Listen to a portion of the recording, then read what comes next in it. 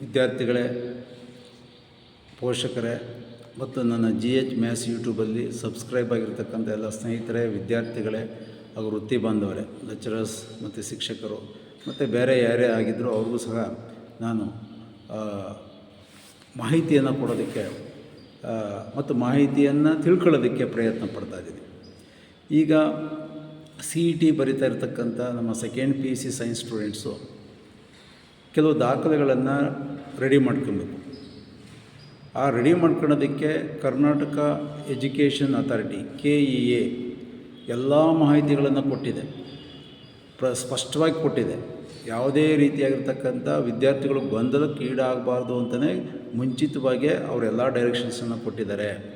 ಆದರೂ ಸಹ ಈಗ ಪ್ರಾಕ್ಟಿಕಲ್ ಇವತ್ತಿನಿಂದ ಪ್ರಾಕ್ಟಿಕಲ್ ಶುರುವಾಗ್ತಾ ಇದೆ. ಕೆಲವು ವಿದ್ಯಾರ್ಥಿಗಳು ಏನು ಮಾಡಿರ್ತಾರೆ, ಪ್ರಾಕ್ಟಿಕಲ್ ಆದಮೇಲೆ ಮಾಡಿಸ್ಕೊಳ್ಳೋಣ ಈ ಥರ ಮನಸ್ಥಿತಿ ಇರುತ್ತೆ. ದಯವಿಟ್ಟು ಇಂಥ ಸಂದರ್ಭದಲ್ಲಿ ಪೋಷಕರು, ಯಾಕೆಂದರೆ ಅವರು ಪ್ರಾಕ್ಟಿಕಲ್ ಬೇರೆ ಬರೀಬೇಕು, ಮಾರ್ಚಿನಲ್ಲಿ ಎಕ್ಸಾಮ್ ಸ್ಟಾರ್ಟ್ ಆಗ್ತಾಯಿದೆ, ಅವರು ಈ ಕಡೆ ಗಮನ ಹರಿಸ್ತಾ ಇರ್ತಾರೆ. ದಯವಿಟ್ಟು ಪೋಷಕರು ಆ ಎಲ್ಲ ಸರ್ಟಿಫಿಕೇಟ್ಗಳನ್ನು ವಿದ್ಯಾರ್ಥಿಗಳು ತಮ್ಮ ಮಕ್ಕಳು ಮಾಡಿಸಿದ್ದಾರಾ ಇಲ್ವಾ ಅಂತ ಚೆಕ್ ಮಾಡಿ. ಆವಾಗ ಏನಾಗುತ್ತೆ, ವಿದ್ಯಾರ್ಥಿಗಳು ಓದೋದಕ್ಕೆ ಒಂದು ಸ್ವಲ್ಪ ಈಸಿ ಆಗುತ್ತೆ. ಪೋಷಕರು ಸ್ಪಂದಿಸಿದರೆ ವಿದ್ಯಾರ್ಥಿಗಳು ಸ್ವಲ್ಪ ಈಸಿ ಆಗುತ್ತೆ. ಮತ್ತು ಲೆಕ್ಚರರ್ಸು, ಎಲ್ಲ ಕಾಲೇಜಿನ ಲೆಕ್ಚರರ್ಸು ಮೋಸ್ಟ್ಲಿ ಎಲ್ಲ ಗೈಡ್ಲೈನ್ಸ್ ಕೊಟ್ಟಿರ್ತಾರೆ, ಯಾರೂ ಕೊಟ್ಟಿಲ್ಲ ಅಂತ ಹೇಳೋ ಸ್ಥಿತಿನಲ್ಲಿರಲ್ಲ. ಆ ಕನ್ಸರ್ನ್ ಕಾಲೇಜಿನ ಲೆಕ್ಚರರ್ಸು ವಿದ್ಯಾರ್ಥಿಗಳಿಗೆ ಮಾಹಿತಿಗಳನ್ನು ಕೊಟ್ಟಿರ್ತಾರೆ. CETಗೆ ರಿಲೇಟೆಡ್ ಆಗಿರ್ತಕ್ಕಂಥ CET ಅಪ್ಲಿಕೇಶನ್ನ ಹಾಕಬೇಕಾದ್ರೆ ಅದಕ್ಕೆ ಒದಗಿಸ್ತಕ್ಕಂಥ ಎಲ್ಲ ದಾಖಲೆಗಳು, ಅದು ಸ್ಟಡಿ ಸರ್ಟಿಫಿಕೇಟ್ ಆಗಿರಬೇಕು, ಮತ್ತು ಕ್ಯಾಸ್ಟ್ ಸರ್ಟಿಫಿಕೇಟ್, ಇನ್ಕಮ್ ಸರ್ಟಿಫಿಕೇಟ್, ಮತ್ತು EVS ಎಕನಾಮಿಕಲ್ ವೀಕ್ ಸರ್ವಿಸ್, ಅವರು ಆ ಎಕನಾಮಿಕಲಿ ವೀಕ್ ಸರ್ವಿಸ್ಗೆ ಯಾರು ರಿಲೇಟೆಡ್ ಆಗಿರ್ತಾರೆ ಅಂಥ ವಿದ್ಯಾರ್ಥಿಗಳು ಸರ್ಟಿಫಿಕೇಟನ್ನು ಮಾಡಿಸ್ಬೇಕಾಗತ್ತೆ. ಮತ್ತು KEA ಡೈರೆಕ್ಷನ್ಸ್ ಕೊಟ್ಟಿದೆ. SSLC ಮಾರ್ಕ್ಸ್ ಕಾರ್ಡ್ ಮತ್ತು ಆಧಾರ್ ಕಾರ್ಡಲ್ಲಿರ್ತಕ್ಕಂಥ ಹೆಸರು ಮ್ಯಾಚ್ ಆಗಬೇಕು ಅಂತ ಅವರು ಸ್ಪಷ್ಟವಾಗಿ ಮಾಹಿತಿಯನ್ನು ಕೊಟ್ಟಿದ್ದಾರೆ. ಗಾಬರಿ ಆಗೋ ಅವಶ್ಯಕತೆ ಇಲ್ಲ. ಆಧಾರ್ ಕಾರ್ಡಲ್ಲಿ ಮತ್ತು ಮಾರ್ಕ್ಸ್ ಕಾರ್ಡಲ್ಲಿ ಏನಾದರೂ ಮಿಸ್ ಮ್ಯಾಚ್ ಆಗ್ತಾಯಿದೆ ಅಂದರೆ ಆಧಾರ್ ಕಾರ್ಡಲ್ಲಿ ನೀವು ಚೇಂಜಸನ್ನು ಮಾಡ್ಕೊಬೋದು, ಈಸಿಯಾಗಿ ಮಾಡ್ಕೊಬೋದು. ಗಾಬರಿ ಮಾಡ್ಕೊಳ್ಳೋಂಥ ಅವಶ್ಯಕತೆ ಇಲ್ಲ. ಅದನ್ನು ಬಟ್ ಚೆಕ್ ಮಾಡ್ಕೊಬೇಕು. ಎಷ್ಟೋ ವಿದ್ಯಾರ್ಥಿಗಳು ನೋಡ್ಕೊಂಡ್ರಲ್ಲ, ಪೋಷಕರು ದಯವಿಟ್ಟು ನೋಡಿ, SSLC ಮಾರ್ಕ್ಸ್ ಕಾರ್ಡಲ್ಲಿ ಏನು ಹೆಸರಿದೆ ಮತ್ತು ಆಧಾರ್ ಕಾರ್ಡಲ್ಲಿ ಏನು ಹೆಸರಿದೆ, ಅದರಲ್ಲಿ ಫೋನ್ ನಂಬರ್ ಇರಬೇಕು, ಅವೆಲ್ಲ ಒಂದ್ಸರಿ ಚೆಕ್ ಮಾಡಿ. ಟೈಮ್ ಇದೆ, ಇನ್ನು ಗಾಬರಿ ಪಡೋವಂಥ ಅವಶ್ಯಕತೆ ಇಲ್ಲ. ಮತ್ತು ಈಗ ಫಾರ್ ಎಕ್ಸಾಂಪಲ್ ಕ್ಯಾಟಗರಿ 1ಗೆ ಇನ್ಕಮ್ ಲಿಮಿಟ್ ಇಲ್ಲ, ಅಲ್ಲಿ ಕ್ಯಾಸ್ಟ್ ಕನ್ಸಿಡರ್ ಆಗುತ್ತೆ. ಇನ್ಕಮ್ ಲಿಮಿಟ್ ಇಲ್ಲ, ಕ್ಯಾಸ್ಟ್ ಕನ್ಸಿಡರ್ ಆಗುತ್ತೆ. ಆ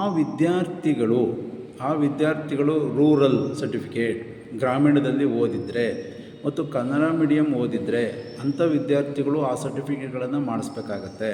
ಮತ್ತು ಅದಕ್ಕೆ ಕನ್ಸಲ್ಟ್ BO ಅಥವಾ DDPI ಅವ್ರ ಸೈನ್ ಸಹ ಬೇಕಾಗುತ್ತೆ ಅನ್ನೋದನ್ನು KEA ಮಾಹಿತಿ ಕೊಟ್ಟಿದೆ. ಅದಕ್ಕೇನು ಗಾಬರಿ ಪಡೋ ಅವಶ್ಯಕತೆ ಇಲ್ಲ. ಮತ್ತು ನನಗಿರೋ ಪ್ರಶ್ನೆ ಏನು ಅಂದರೆ ಅದು ಎಲ್ಲ ವಿದ್ಯಾರ್ಥಿಗಳಿಗೂ ಗೊತ್ತಾಗಲಿ ಮತ್ತು ಪೋಷಕರಿಗೂ ಗೊತ್ತಾಗಲಿ ಅನ್ನೋ ಉದ್ದೇಶದಿಂದ ನಾನು ಪ್ರಶ್ನೆಗಳನ್ನು ಕೇಳ್ತಾ ಇದ್ದೇನೆ.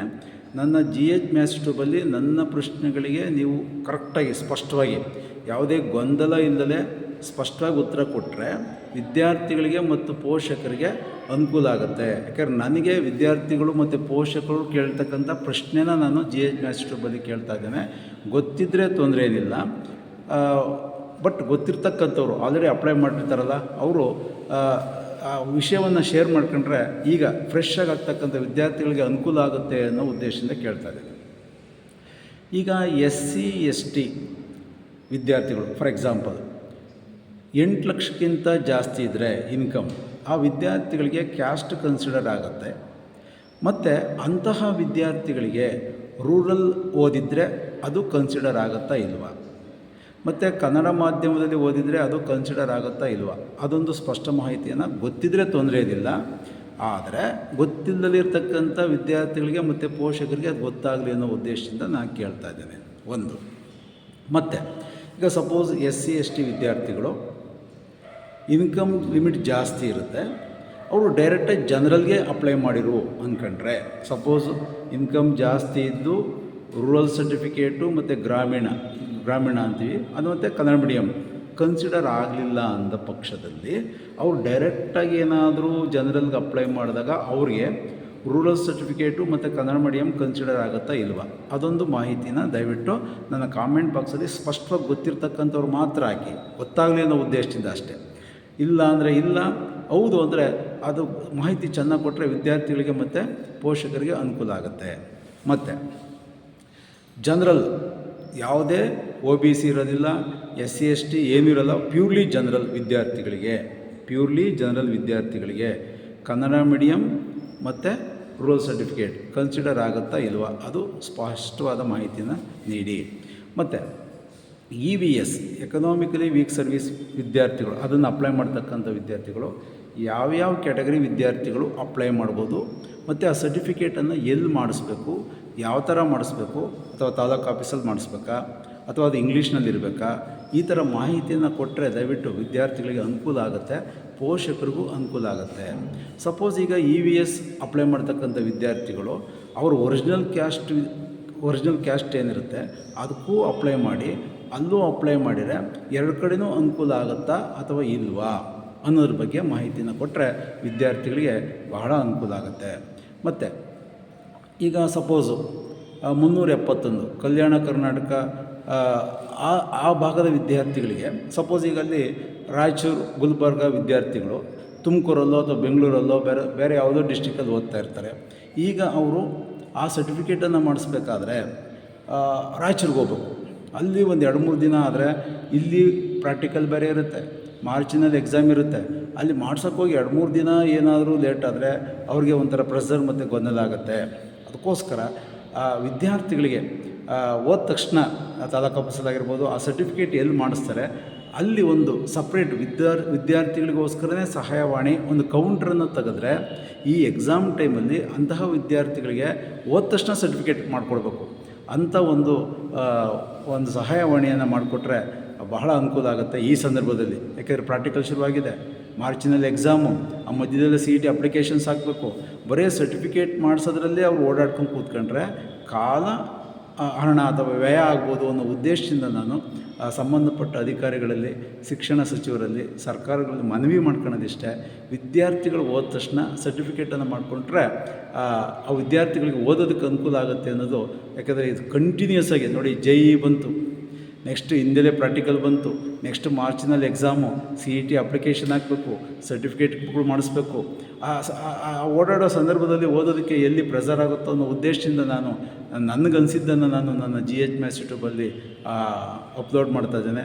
ದಯವಿಟ್ಟು ಸಂಬಂಧಪಟ್ಟವರು ವಿದ್ಯಾರ್ಥಿಗಳಿಗೆ ಅನುಕೂಲ ಆಗೋ ರೀತಿ ಆ ತಾಲೂಕು ಕಚೇರಿಗಳಲ್ಲಿ, ನಾಡ ಕಚೇರಿಗಳಲ್ಲಿ ಒಂದು ಸಹಾಯವಾಣಿ ಮತ್ತು ಸಪ್ರೇಟ್ ವಿದ್ಯಾರ್ಥಿಗಳಿಗೋಸ್ಕರನೇ ಒಂದು ಸಪ್ರೇಟ್ ಕೌಂಟ್ರನ್ನು ತೆಗೆದು ಅವ್ರು ಹೋದ ತಕ್ಷಣ ಸರ್ಟಿಫಿಕೇಟ್ಗಳನ್ನು ಮಾಡಿಕೊಡೋದಕ್ಕೆ ಅನುಕೂಲ ಮಾಡಿಕೊಡ್ಬೇಕು ಅಂತೇಳ್ಬಿಟ್ಟು ಆ ಜಿಲ್ಲಾ ಮತ್ತು ತಾಲೂಕುವಾರು ಸಂಬಂಧಪಟ್ಟ ಅಧಿಕಾರಿಗಳಲ್ಲಿ, ಸರ್ಕಾರದಲ್ಲಿ, ಶಿಕ್ಷಣ ಸಚಿವರಲ್ಲಿ ಮನವಿ ಮಾಡ್ಕೊತಾನೆ. ಎಕ್ಸಾಮ್ ಟೈಮ್ ಆಗಿರೋದ್ರಿಂದ ಅಷ್ಟೇ, ಏನೇನಿಲ್ಲ. ಎಷ್ಟೋ ವಿದ್ಯಾರ್ಥಿಗಳು ಲಾಸ್ಟ್ ಡೇಟ್ ಬಂದಾಗ ಆ ಸರ್ಟಿಫಿಕೇಟ್ ಮಾಡಿಸಿಲ್ಲ, ಈ ಸರ್ಟಿಫಿಕೇಟ್ ಮಾಡಿಸಿಲ್ಲ, ಗೊಂದಲ ಆಗ್ಬಿಡುತ್ತೆ. ದಯವಿಟ್ಟು ಇದಕ್ಕೆ ಎಲ್ಲರೂ ಸ್ಪಂದಿಸಬೇಕು ಅಂತ ಕೇಳ್ಕೊತೇನೆ. ಮತ್ತು ಕೃಷಿ ಕೋಟಾದಡಿಯಲ್ಲಿ ಆ ಸರ್ಟಿಫಿಕೇಟನ್ನು ಯಾವ ಥರ ಮಾಡಿಸ್ಬೇಕು, ಯಾವಾಗ ಮಾಡಿಸ್ಬೇಕು, ಎಲ್ಲಿ ಮಾಡಿಸ್ಬೇಕು. ಯಾಕೆಂದರೆ ನಾನು ತಿರ್ಗಾ ಪದೇ ಹೇಳ್ತೀನಿ, ಎಕ್ಸಾಮ್ ಟೈಮ್ ಆಗಿರೋದ್ರಿಂದ ವಿದ್ಯಾರ್ಥಿಗಳು ಸರ್ಟಿಫಿಕೇಟ್ ಮಾಡಿಸೋದ್ರಲ್ಲೇ ಓಡಾಡ್ಕೊಂಡು ಕೂತ್ಕೊಂಡ್ರೆ ಓದೋದಕ್ಕೆ ತೊಂದರೆ ಆಗುತ್ತೆ.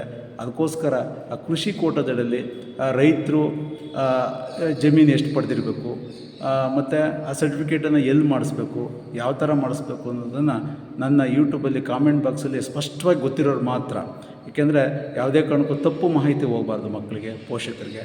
ಸ್ಪಷ್ಟವಾಗಿ ಗೊತ್ತಿರ್ತಕ್ಕಂಥವರು ನನ್ನ GH ಮ್ಯಾಥ್ಸ್ ಯೂಟ್ಯೂಬಲ್ಲಿ ಸ್ಪಷ್ಟವಾದ ಮಾಹಿತಿ ಕೊಡಿ, ವಿದ್ಯಾರ್ಥಿಗಳಿಗೆ, ಪೋಷಕರಿಗೆ ತಲುಪಲಿ ಅನ್ನೋತಕ್ಕಂಥದ್ದು ನನ್ನ ಉದ್ದೇಶ. ಆದರೂ ನಮ್ಮ KEA ಕರ್ನಾಟಕ ಎಜುಕೇಷನ್ ಅಥಾರಿಟಿ ಎಲ್ಲ ಸ್ಪಷ್ಟವಾದ ಮಾಹಿತಿಗಳನ್ನು ಕೊಟ್ಟಿರ್ತಾರೆ.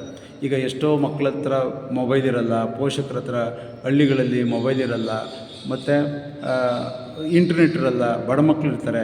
ಅಂಥ ಮಕ್ಕಳಿಗೂ ಅನುಕೂಲ ಆಗಲಿ ಅನ್ನೋ ಉದ್ದೇಶದಿಂದ ನಾನು ಹೇಳ್ತಾ ಇದ್ದೇನೆ. ದಯವಿಟ್ಟು ಸ್ಪಷ್ಟವಾದ ಮಾಹಿತಿ ಕೊಡಿ.